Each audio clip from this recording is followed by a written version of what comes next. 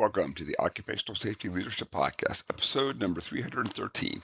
In today's episode, we're just going to talk about one of the reasons corrective actions stall.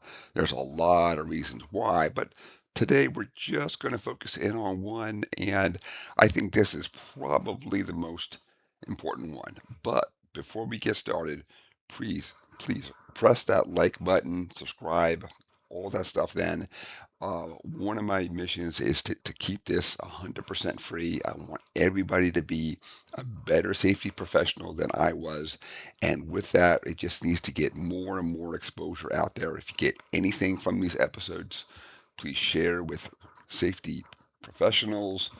Get the word out, because what we're really trying to do here is just protect employees.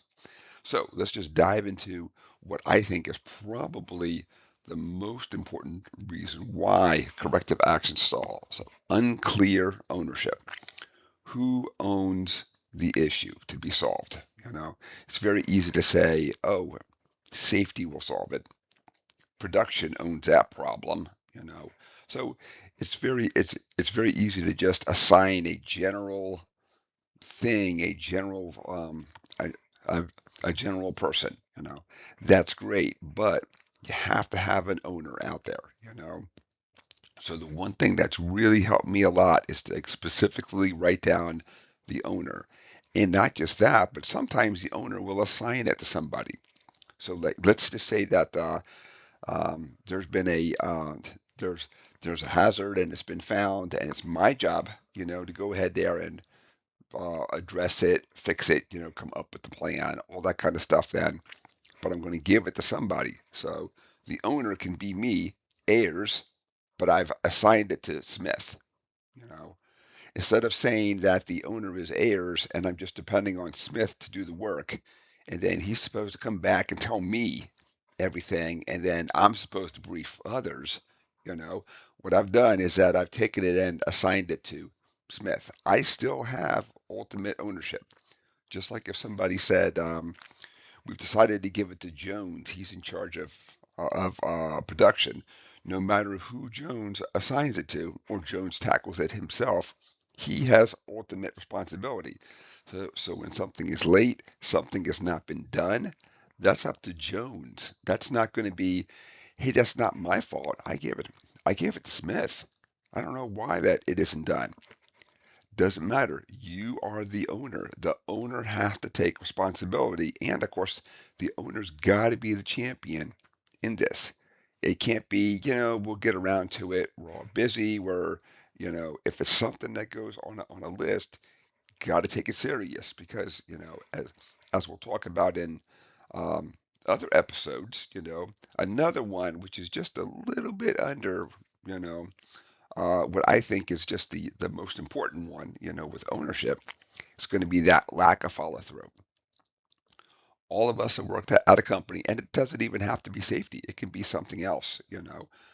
You've submitted a question about vacation to HR, or you've done some, I find a hazard and it kind of goes into this black hole, and nobody knows how to answer it, but nobody can get back to you and give you a status, and you can even ask for follow up, and nobody knows what you're talking about, and just so that's going to be one we talk about in future episodes as well. Is got to have that follow up. You know, People don't like to hear the answer at times, but if that's what it is, that's what it is. It's better to tell people right from the get go.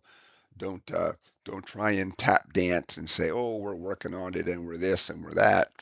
There literally is going to be time where you can't get everything done, and you have to pick. This is what I'm going to work on. This is what I am not going to work on. And you have to go back and have that tough talk with the person. I know that you brought something up, and I know it's important, but we have other things to work on right now. Doesn't mean we're not addressing it, but you can't address everything at all times. It would be awesome if we could do that.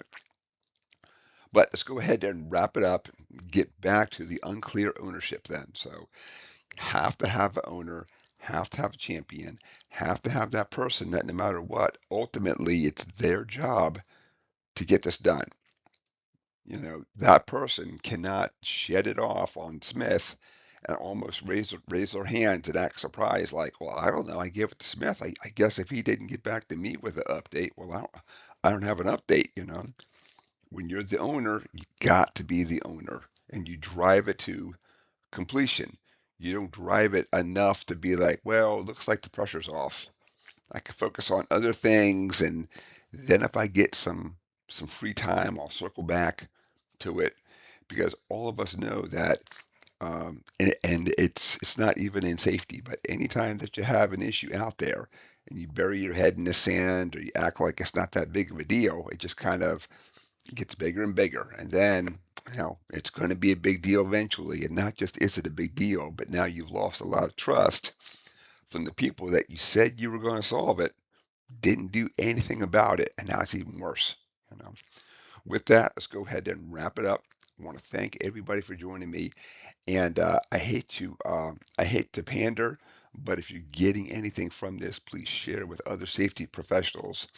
And again, I want others to be better than I ever was, help more people, save more. If you want to talk about fingers, um, save more fingers from being cut or cut off, save people from being injured.